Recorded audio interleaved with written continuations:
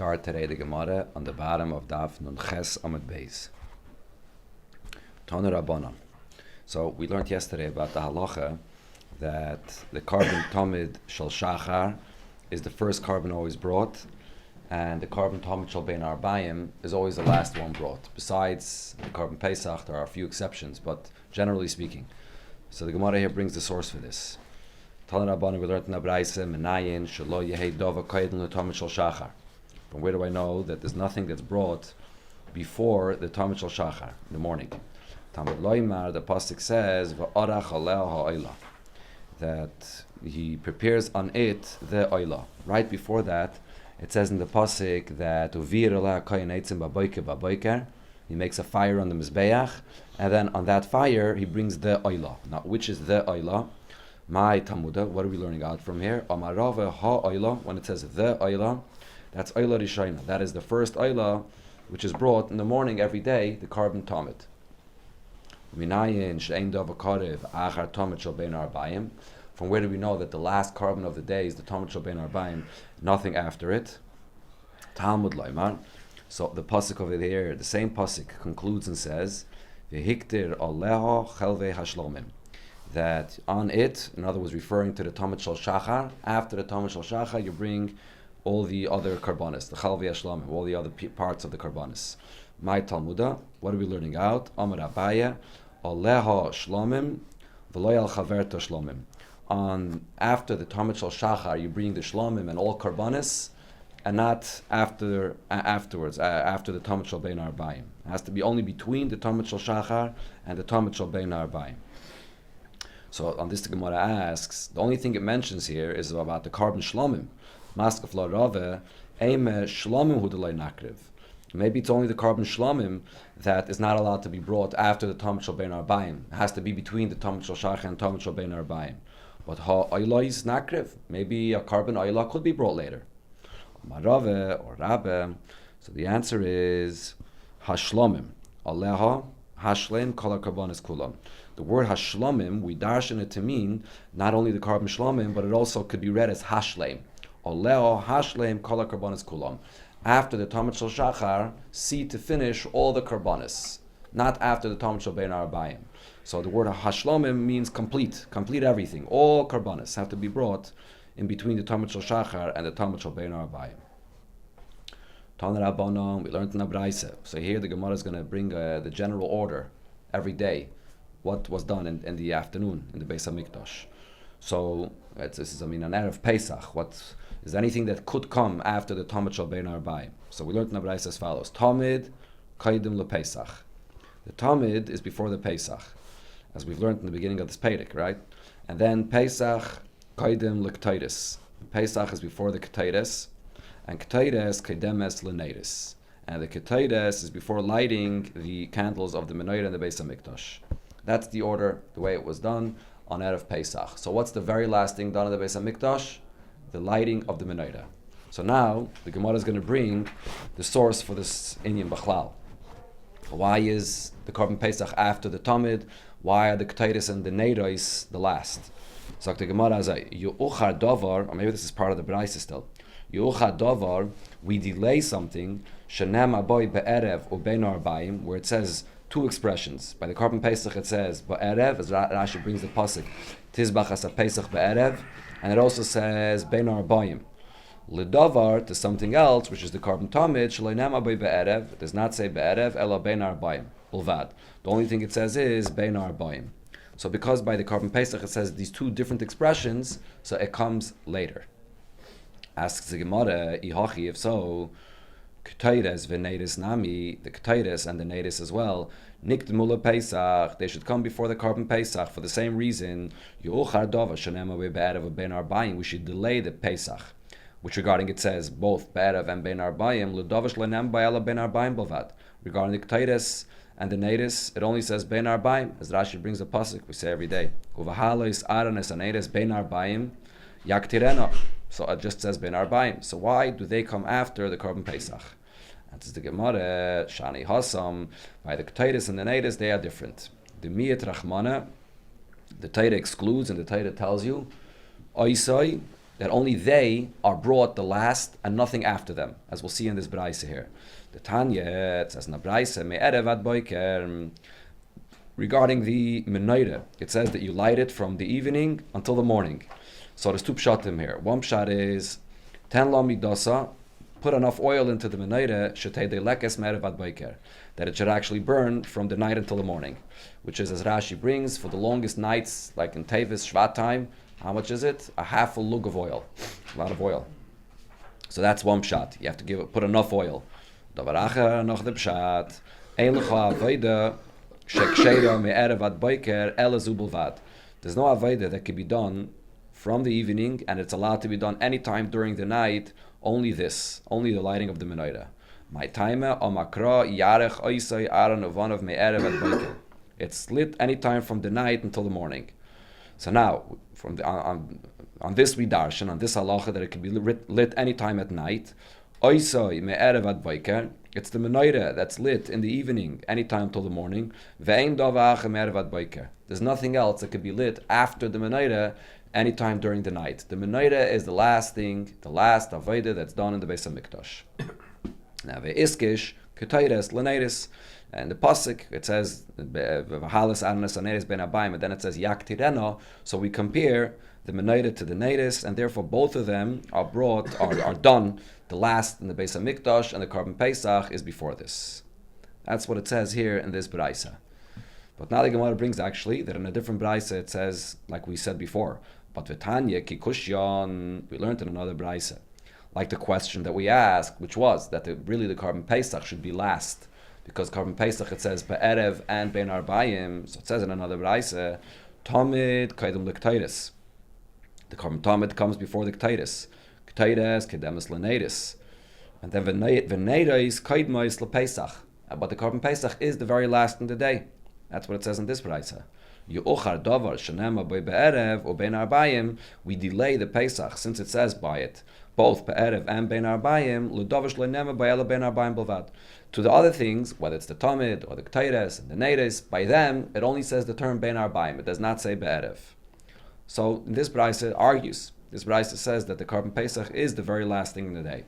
So on this the Gemara asks, but v'haksiv Oisai. We brought before the pasuk Oisai that teaches me that the Neiris and the Ktairis are brought the very last in the day, and they can be brought anytime during the night.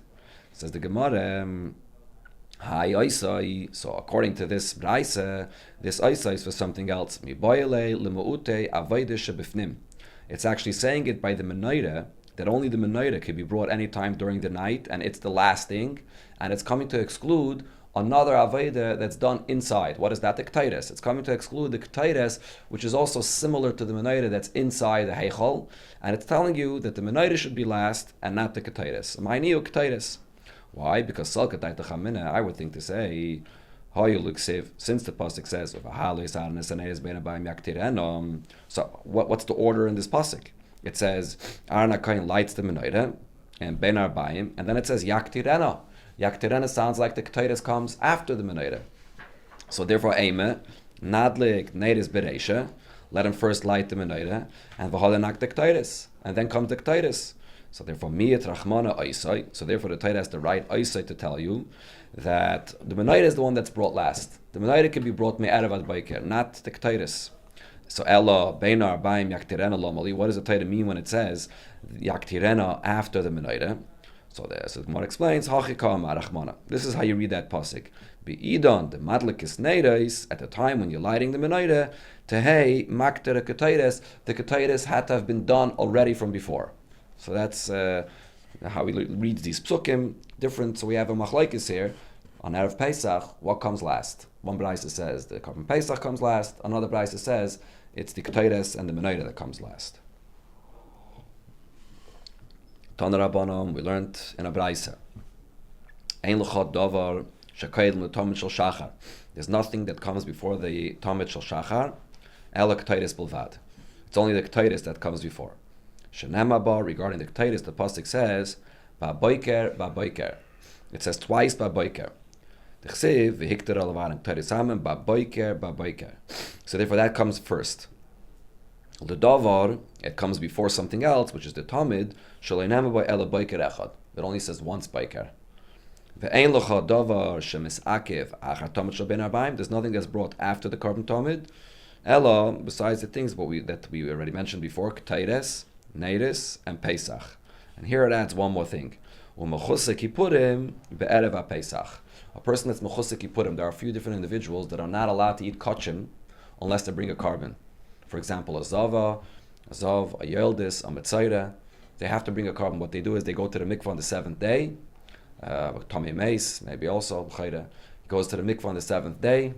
Not sure about a Tommy Mace. Again, there's mechusek kipurim. There's 4 mechusek kipurim. They go to the mikvah on the 7th day. Then on the 8th day, they have to bring a carbon. Amid Rabbanan, actually, they have to go to the mikvah a second time, and then on the 8th day they bring the carbon. So Shetayvel Shenis goes to the mikvah a second time. V'aychel es pischai lo'erev, and he can eat his carbon Pesach in the evening if he brought his carbon that day. So what is this brayso talking about? If it was erev Pesach and he didn't get a chance to bring his carbon before the carbon tamid, if he's not going to bring his carbon, he won't be able to eat the carbon Pesach that night. So he's allowed to bring his carbon that he has to bring because he's mechusek kipurim even after the carbon tamid to be able to eat his carbon Pesach. So this is only a heter on erev Pesach to enable him to eat the carbon Pesach. Rabbi Shmuel ben Rabbi Yochanan ben Breikai, he says no. Af mechusek kipurim b'shayim hashana. This is on any day of the year. On mechusek kipurim that wants to eat his carbon that he brought that day. Let's say he brought any carbon that day, wants to eat the carbon. He did not bring his carbon that he needs in order to be matter him to eat. So any day of the year, he's allowed to bring shetayvel, goes to the mikvah on the 8th day, v'aychel bekachim le'erev. And then he could bring his carbon after the tamid, and then he could eat or another carbon that he brought during that day. So this is the machlokes the Gemara is going to focus on right now. This halacha of mechusek kipurim. Is it only regarding erev Pesach, or is it any time of the year? Dr. Gemara, Bishleim el Tanakama. According to the Tanakama, we understand this. Why? Yavai essay de Pesach, the essay, the carbon of Pesach, which is a mitzvah saseh, sheyesh by kodesh, that if you don't bring it, you chayiv kodesh. V'yitcha essay da shlama, shein by kodesh, and it pushes off the essa of hashlama. What's the essa of hashlama? The essa of aleh hashlem kol karbanis kulam, that nothing is allowed to be brought after the tamid. So we push that off. There's no kodesh over here. Right, so this is just like we have similar to the rule that we have essa deichalois essa. So we have a rule that the essa that has kares pushes off an essa that does not have kares. Taisus actually points out that this essa that it pushes off is even stronger because over here it pushes it off even if it's not at the same time. Usually by essa and a lois essa, the essa is only deichad the lois essa is if at the time that you're doing the essa you're pushing off the lois essa and then you're fulfilling an essa. Over here, he's only fulfilling the essa later that night. He's being over the essa of bringing a carbon after the tamid now, and that enables him later to be able to eat the carbon Pesach. So this is a stronger concept actually than the concept of essa techalois essa. So that we understand. Ela Rabbi Shmuel ben Rabbi Yochanan ben Breikai. According to the second opinion here in the Braise, my olmed ahai essa mahai essa. You have 2 essas here. One essa is he brought a carbon that day. He wants to be able to eat it. There's a mitzvah saseh to eat from your carbon. And then there's another essa, not to bring anything after the carbon tamid. They're both an essa. Why should one push off the other? So the Gemara has 2 pshatim over here. Amar Avine, Amar Avchiste. One pshat is, Hacha, b'chatos ha'oif askinon. We're talking over here about a chatos ha'oif. So, as Rashi explains, what we're talking about over here is a mitzayra. By a mitzayra, there's 2 options of which carbon he brings. If he's rich, he brings an animal, a osher. If he's poor, an ani brings a chatas ha'oif. What happens with the chatas ha'oif? There's no hakrava on the mizbeach. There's only, you sprinkle the blood on the mizbeach, but there's no pieces of the oif that you bring on the mizbeach like by a regular animal. So, what's chatas ha'oif askinan she'ein le mizbeach ela dama. There's only blood that you sprinkle on the mizbeach. So as Rashi explains, the essa of not bringing anything after the carbon tamid is only to be makter, to sacrifice the parts on the mizbeach afterwards, but not regarding the chatas ha'oif, which there's just blood in the mizbeach. Eladama. So therefore that's the case that Rabbi Shmuel ben Rabbi Yochanan ben Breikai was speaking about. A mitzayre, that's ani, that's bringing a chatas ha'oif. So that could be brought later, there's no issue. Rav Papa says a different shot. Afilatema bechatas behema. We could be speaking even about a regular carbon chatas behema. So what does he do? How could you bring it after the carbon tamid? Why should it be deicha that mitzvah? Maile umalina bereishish mizbeach. Brings the carbon and then he takes the parts of the carbon that have to be burnt on the mizbeach. He puts it on top of the mizbeach. Does not burn it yet. Leaves it there overnight. Malina bereishish mizbeach. So now, what's Rav Papa telling you? Usually, you can't leave something overnight. If you leave it overnight, it becomes puzzle. What Rav Papa is saying is, if you leave it overnight at the bottom of the mizbeach, then it becomes puzzle. But if you'll take it, put it on top of the mizbeach, and leave it there overnight, it does not become puzzle. So you can't sacrifice it. You can't burn it on the mizbeach after the carbon tamid, because there's a mitzvah say that doesn't allow you to do that. So you leave it on the top. So in order to enable this person to eat his carbon of that day. Yeah, so now the Gemara continues and says, so what are we talking about over here? We're talking about a mitzayra. So when it comes to a mitzayra, so there's actually 3 karbanos that a mitzayra has to bring. There's a chatos, there's an asham, and there's an ayla. So till here, we're discussing how could he bring a carbon chatos after the carbon tamid. But what's with the asham and the ayla? How's he going to bring that after the carbon ayla, or carbon tamid, that is? So the Gemara says as follows. V'ha'ika asham, how about the carbon asham that he has to bring? So Bishlem Rav Papa, according to Rav Papa, so the answer is the same thing. Hainu de malala. So he brings the carbon ayla and then he leaves the parts of the carbon ayla on top of the mizbeach overnight. The same thing. But according to Rav Chisda, Ma'ikele Meimar, what are we going to say? Rav Chisda said that we're talking about a poor person that's bringing a bird, chatas ha'oif. The thing is, even by a poor person, only the chatas is ha'oif. The asham does have to be a behemoth.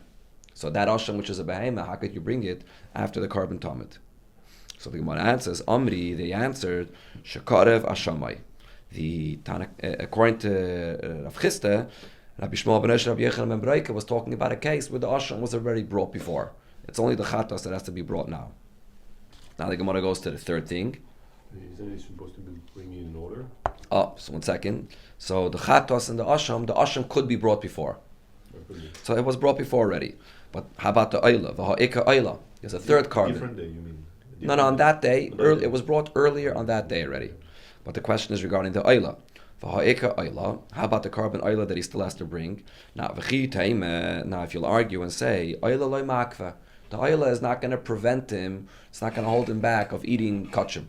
He can bring the ayla tomorrow, but he can already eat kachim. But that's not true. Tanya, the same Tana said, Rabbi Shmuel ben Rabbi Yechon ben Breike Omer, Kishem shechatos v'ashamay ma'akve noisai. Just like the chatos and the asham hold a person back from eating kachim, kachay lotzei makvasei. The carbon ayla also holds you back from eating kachim.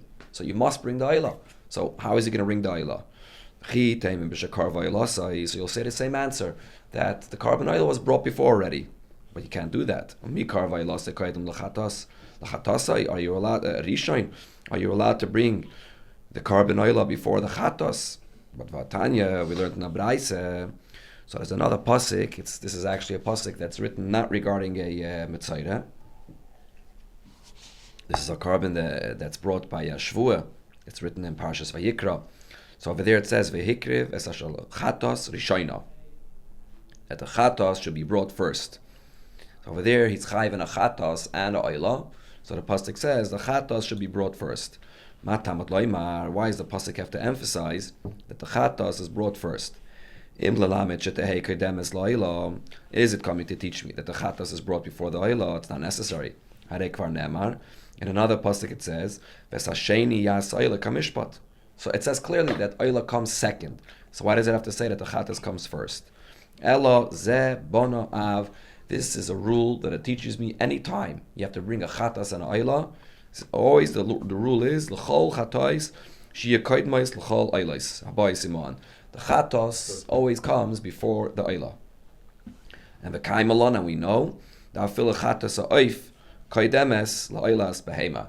Even in a case where the chatas is only a bird and the ayla is a animal, like it is in the case that we're talking about over here with this mitzayra, which is a ani, but nevertheless the chatas is always first and the ayla is always second. What's the reason, by the way? The Alter Rebbe in Tanya, and you get his tshuva. I think it's in Perik Beis. The Alter Rebbe brings the concept when you come to appease a king. If you sinned against him, first you bring the korban chatas, which is mechaper on the sin itself, and then the oila is an additional gift to come and appease him after you've already received the forgiveness. So it doesn't make sense to bring a oila before the chatas. The chatas always has to come before the oila. So our question over here is, why? What's the story with this mitzayra? We said that the korban asham he brought before. The korban oila he could bring after the korban tamid. Why? Because it's only a bird. But what's with the korban oila? When is he bringing that? So the Gemara says, Amarave Shani Oilas Mitzayre, the Rachmana Omar. Oilas Mitzayre is an exception. This is the only time you find such a thing. And the Torah says, Behela Akayin es Oila. That the Kayin brings up the Oila. The Hela is written in past tense. Shehela Kvar. He already brought up the Oila before the Chatas.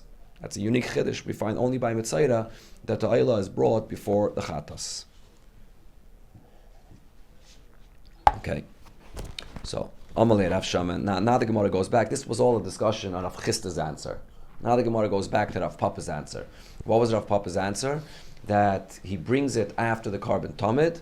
But what does he do? He takes the pieces of the animal, puts them on top of the mizbeach overnight.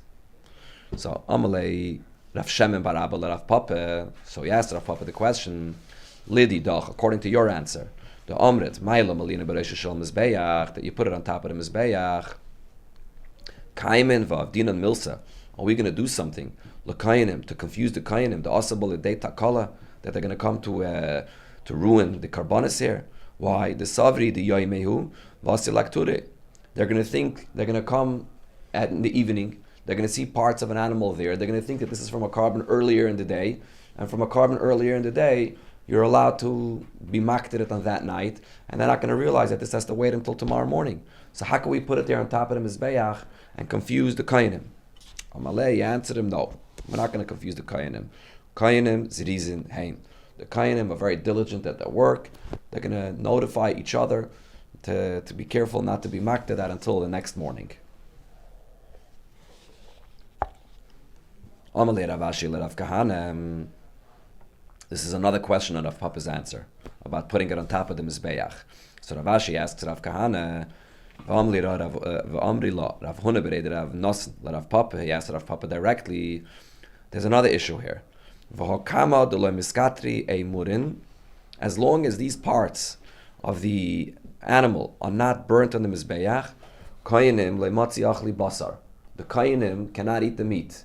Now, what's if the Kayanim can't eat the meat? As we'll see right here in the Braisa, if the Kayanim can't eat the meat, then the owner, the Bailim, that are bringing this because they want to be able to eat meat themselves. What are we talking about over here? Mechusa kipurim.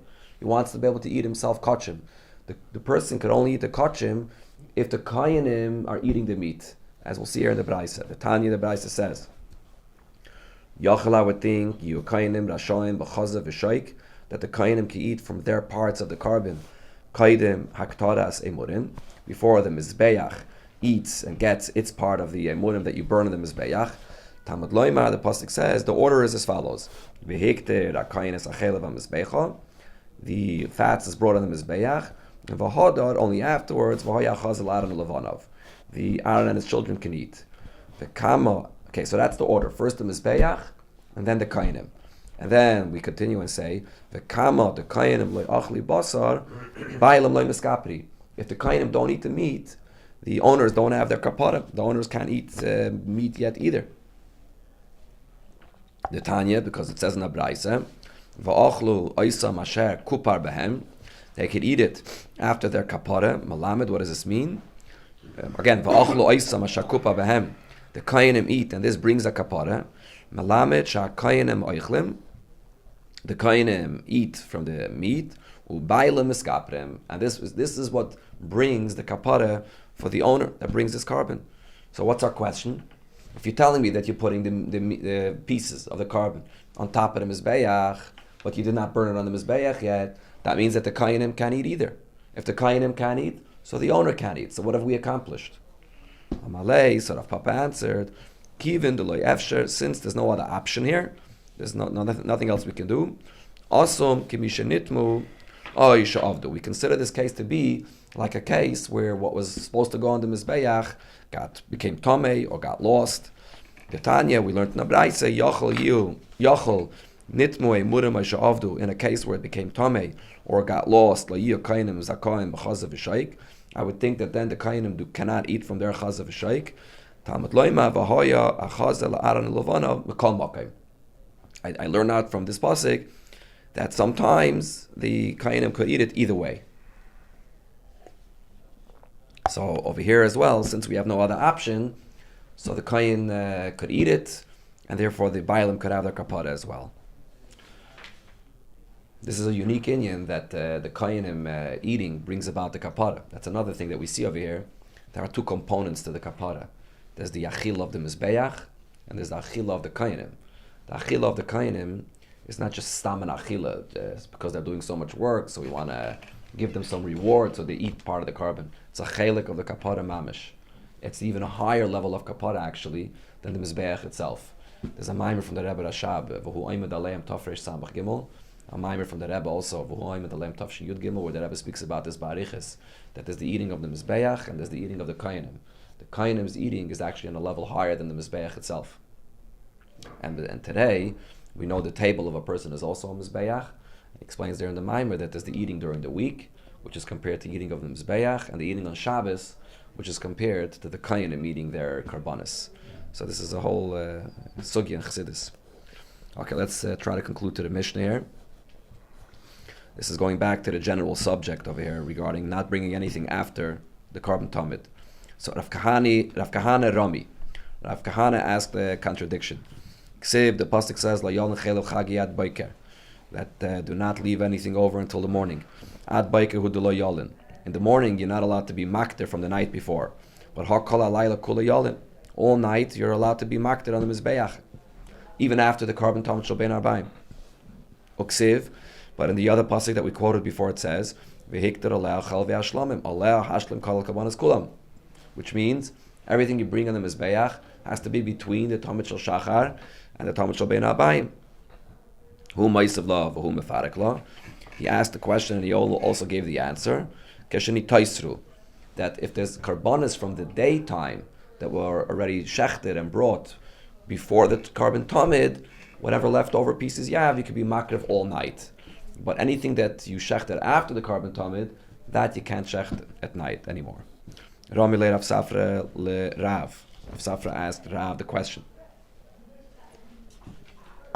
Ksiv, in one pasuk it says, La yolin, la boiker, zeva, chag, pesach. Do not leave the carbon of Pesach. This is from on Erev Pesach. Do not leave it over until the morning. The parts that have to be brought in the Mizbeach. La boiker u de la yolin. You don't leave it over until the morning. Hakol alay la yolin. At night you can be makriv from Erev Pesach all night on Yontif. But so what do we see over here? From the karbanis that are brought on Erev Pesach, whether it's the Chagiga, the Pesach, what you have to be makriv on the Mizbeach, you don't have to be makriv on the Mizbeach by day, it can be brought by night on Yontif. But Vaksiv, in another pasuk it says, Oylas Shabbos b'Shabbatoi, v'lo Oylas Chol b'Shabbos, a carbon of Shabbos could be brought on the Mizbeach on Shabbos, but a carbon from the day before on a weekday, you cannot be makriv on Shabbos, and the same with Yom Tiv. You can't be makriv on the Mizbeach from a weekday on Shabbos or on Yom Tiv. So, v'lo Oylas Chol b'Yom Tiv, you can't be makriv from a weekday on Yom Tiv. So how does it say in the pasuk that you bring from Erev Pesach at night on Pesach on the Mizbeach? Amalei, so he answered him, Kvar Ramye Ravabe Barchia Lerabavo. This question was already asked. V'shonele, and he answered him, Hacha bar ba'asa shachaliyas b'Shabbos askinon. We're talking about an Erev Pesach that's not a weekday. It's an Erev Pesach which is a Shabbos. The Chelvei Shabbos kreven b'Yom Tiv. The rule is the parts of the carbon that are brought on Shabbos is allowed to be brought at night on Yom Tiv. So therefore, that's what this pasuk is talking about. So the Gemara asks on this, Amalei. So he asked the question, Mishum the Chelvei Shabbos kreven b'Yom Tiv, because this is the halacha. Anan neku, we're going to get up v'neimele the high krab abasa shachaliz b'Shabbos u'dechsiv, that this pasuk where it says that la yolim la boike zevachag a pasuk that you can bring it at night, that this is talking about dafke on a Shabbos. That's the pasuk doesn't say anything about a Shabbos. Just because this is the halacha, how are we sticking it into the pasuk? Amalei. So he answered him, what can we do? Shafke lekra duhu dachak u'moikim anavshei. The pasuk, there's a contradiction between the two psukim. So the only way to answer it is by saying that pasuk is talking about on Shabbos.